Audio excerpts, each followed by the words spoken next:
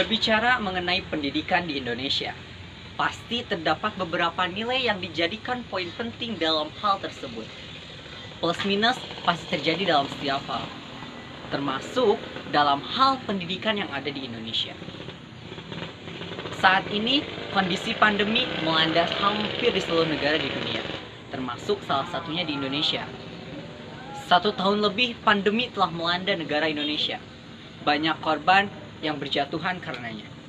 Semua sektor beralih dari yang asalnya secara langsung menjadi secara online atau daring, termasuk sektor pendidikan yang ada di Indonesia. Semua telah berubah, yang asalnya secara tatap muka menjadi secara tatap maya. Yang asalnya dilakukan secara langsung di sekolah, sekarang hanya dilakukan di rumah saja dengan sistem daring atau online. Oke, permasalahan pendidikan di Indonesia tidak hanya disebabkan oleh satu faktor saja. Banyak sekali faktor yang menyebabkan pendidikan di Indonesia itu bisa dikatakan tidak baik-baik saja. Oke, faktor yang mengaruhinya adalah kerjasama antara elemen-elemen pendidikan yang ada di Indonesia. Lantas, apa saja yang menjadi elemen-elemen yang ada dalam pendidikan Indonesia?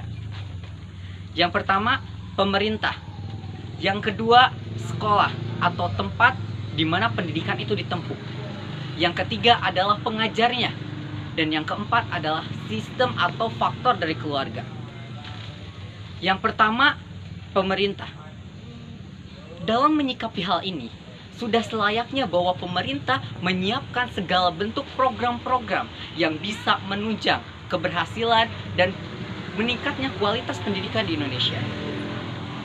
Mungkin sekarang kita lihat bahwasanya banyak sekali program pemerintah, khususnya Menteri Pendidikan, untuk meningkatkan pendidikan di Indonesia, untuk menjadi ke arah pendidikan yang lebih baik lagi. Contohnya apa? Untuk memudahkan siswa lain sekolah, pemerintah mengadakan beasiswa-beasiswa yang sangat banyak. Oleh karena itu, dengan mudah kita akses, sehingga setiap orang bisa menerima pendidikan sesuai dengan hak yang mereka harus terima. Seperti itu. Kemudian yang kedua, sekolah. Sekolah menyediakan sarana dan prasarana yang lebih bagus. Sudah seharusnya seperti itu. Tetapi kenyataannya, tidak semua sekolah yang ada di Indonesia bisa terpenuhi sarana dan prasarana tersebut. Banyak kita lihat sekolah yang masih atapnya roboh. Bahkan tiang penyangganya pun bisa dikatakan hampir rubuh. Oleh karena itu, sudah seharusnya pemerintah juga memperhatikan apa yang menjadi permasalahan yang ada di sekolah. Jangan hanya pemerintah itu memperbaiki yang di atasnya saja, tetapi mereka juga harus mampu melihat bagaimana kondisi di lapangannya. Kemudian yang ketiga adalah pengajar, guru. Banyak sekali guru yang sekarang itu bisa dikatakan tidak sesuai dengan kompetensinya. Sehingga apa yang diajarkan kepada murid-muridnya itu tidak sesuai dengan apa yang seharusnya diajarkan. Lantas apa yang seharusnya diajarkan? Di sini pentingnya mempelajari landasan pendidikan. Landasan pendidikan merupakan fondasi utama dalam setiap langkah guru untuk mengajarkan kepada anak-anaknya. Terdapat banyak hal yang mencakup dalam landasan pendidikan, seperti landasan sosiologi, landasan psikologi, landasan historis, landasan agama, dan apa fondasi lainnya yang melandasi terhadap pendidikan di Indonesia. Saat ini, sebagai guru, kita juga harus memiliki 4 kompetensi guru, seperti pedagogi, komunikasi, sosial, dan mungkin yang sekarang yang di abad ke-21 itu, guru dituntut juga untuk menguasai teknologi.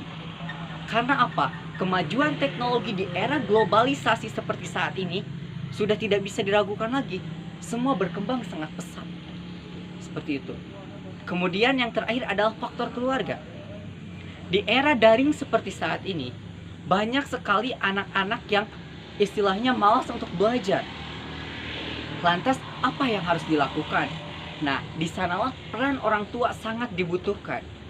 Di mana seharusnya orang tua mampu membimbing mereka, tidak hanya guru yang di sekolah, karena terbatas guru di sekolah itu oleh keadaan online, sehingga harusnya orang tua itu mereka mampu untuk bisa bekerja sama dengan pihak sekolah untuk menjaga anak-anak mereka, memotivasi anak-anak mereka, dan membuat anak-anak mereka itu untuk semangat belajar. Caranya seperti apa? Caranya dengan melakukan pendekatan dari orang tua kepada muridnya tersebut. Oke, 4 hal telah kita bahas. Lantas, apakah dengan demikian pendidikan di Indonesia akan lebih bagus? Seharusnya, jika semua elemen-elemen tersebut bisa bekerja sama dengan baik, maka pendidikan di Indonesia bisa dinyatakan sebagai pendidikan yang sangat bagus. Contohnya, ketika pemerintah melakukan atau mengeluarkan kebijakan dan program baru, kemudian dijalankan oleh sekolah, dan kemudian diikuti oleh para guru, sehingga membantu orang tua untuk mengawasi anaknya, maka otomatis pendidikan di Indonesia juga akan semakin bagus. Tetapi jika hanya satu elemen saja yang bekerja, contohnya hanya pemerintah yang menyediakan program terbaik, apakah kualitas pendidikan juga akan semakin maju? Saya rasa tidak. Karena apa? Karena di sana yang berperan itu hanya satu, hanya pemerintah saja. Tetapi jika semua elemen yang ada di dalam pendidikan tersebut bisa bekerja sama, bisa bersatu, bisa berjuang bersama, maka saya yakin dengan demikian pendidikan di Indonesia akan semakin maju. Jadi otomatis dengan demikian yang menentukan pendidikan di Indonesia maju atau tidak adalah orang-orang yang ada di dalam pendidikan tersebut. Yang menentukan pendidikan di Indonesia itu maju, kualitasnya bagus atau tidak adalah elemen-elemen yang ada dalam pendidikan tersebut. Contohnya, pemerintah sebagai pengeluar kebijakan, sekolah sebagai penyedia kebijakan, dan guru sebagai pelaku kebijakan dengan murid-muridnya, serta dibantu dengan orang tua dari murid tersebut. Oleh karena itu, mari kita bersama-sama, mari kita bersatu, kita membangun pendidikan di Indonesia untuk menyiapkan generasi emas, generasi yang unggul di era atau di masa emas Indonesia nanti, yaitu pada tahun 2045. Karena jika hanya satu elemen saja yang berjuang untuk memperbaiki kualitas pendidikan di Indonesia, saya rasa itu tidak akan pernah bisa dikatakan sebagai jalan terbaik. Mengapa demikian? Karena dengan demikian hanya satu saja yang menonjol, sedangkan yang lainnya tidak bisa kita lihat perannya di sana.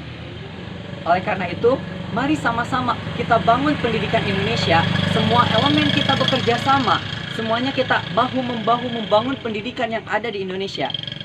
Oleh karena itu, satu pesan saya, mari berjuang bersama, tetap berjuang, tetap semangat. Kita bangun pendidikan di Indonesia menjadi pendidikan yang paling baik di negara ini dan sebagai pendidikan percontohan di negara berikutnya. Tetap berjuang, tetap semangat, Indonesia membutuhkanmu. Merdeka!